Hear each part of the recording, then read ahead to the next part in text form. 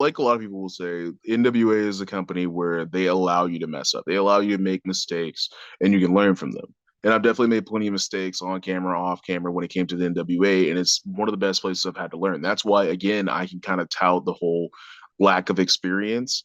I can tout that as a good thing just because all my experience that I do have Mhm. is on this high of a professional level. Most, if not all, of my matches, I'd say probably just a very small percentage of my matches are matches outside of NWA.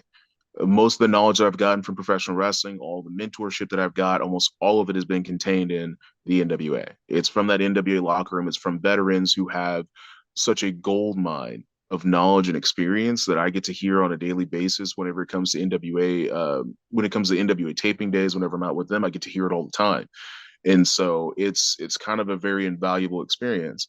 And even back to the idea of you know getting thrown to the wolves. I think that's a that's a bit of an overstatement because again, look who I'm working with. Yeah, Nothing but top pros. tier professionals at the top of their game. So am I really being thrown to the wolves? No, I'm being taken care of in everything.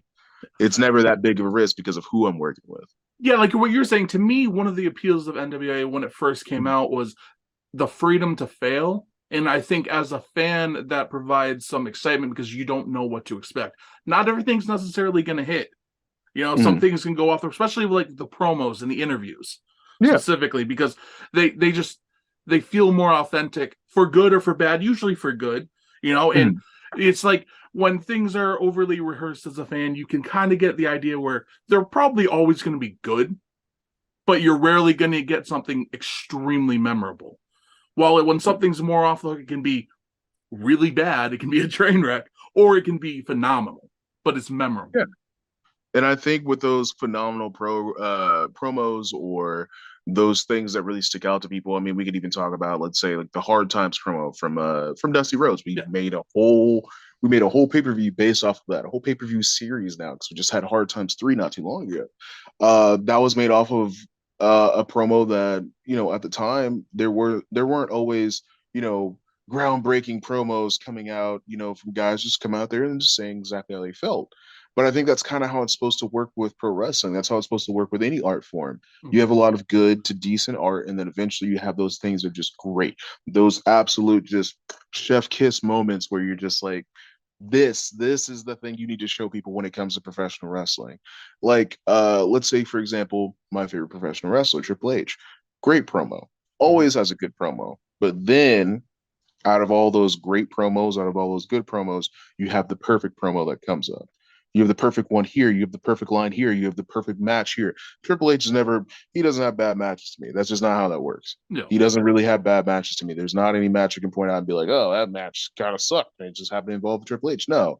And you'll have nothing but good matches and great matches. And then you have this absolute perfect timeless classics.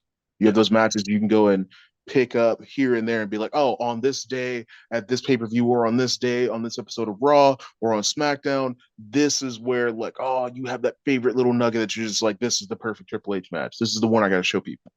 So I think it's good to have that ability to mess up, that ability to fail, because I think it makes those times where you do shine your brightest shine even brighter. If every promo is the greatest thing you've ever heard, then they're not. Yeah. You know what I'm And I saying? think it's harder.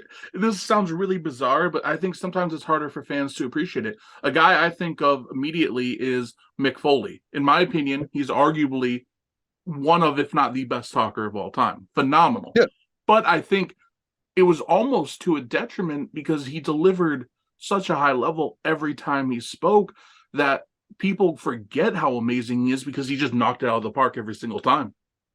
exactly. You have a very good point there because I never thought of him in that same aspect. I thought of him as obviously a fantastic character and then having very good promos, but he's so consistently good, it's kind of just something you start to take for granted.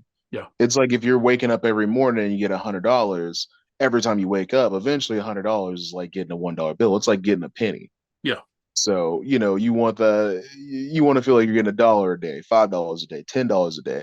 And then every now and then you're getting $100 and you're a lot more appreciative of it. And I still want to be one of those people that are very consistent, where everything that I do is good or great, blah blah.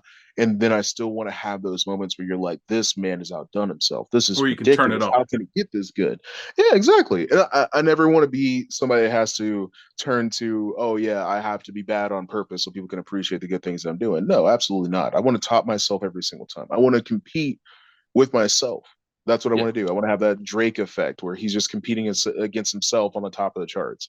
I want to be able to do that same thing when it comes to professional wrestling, when it comes to promos, when it comes to my in-ring work, when it comes to my character work. I think that's one of the best things about being one of those great pro wrestlers with the Triple H, with the Mick Foley, is that sometimes they're literally just competing with themselves.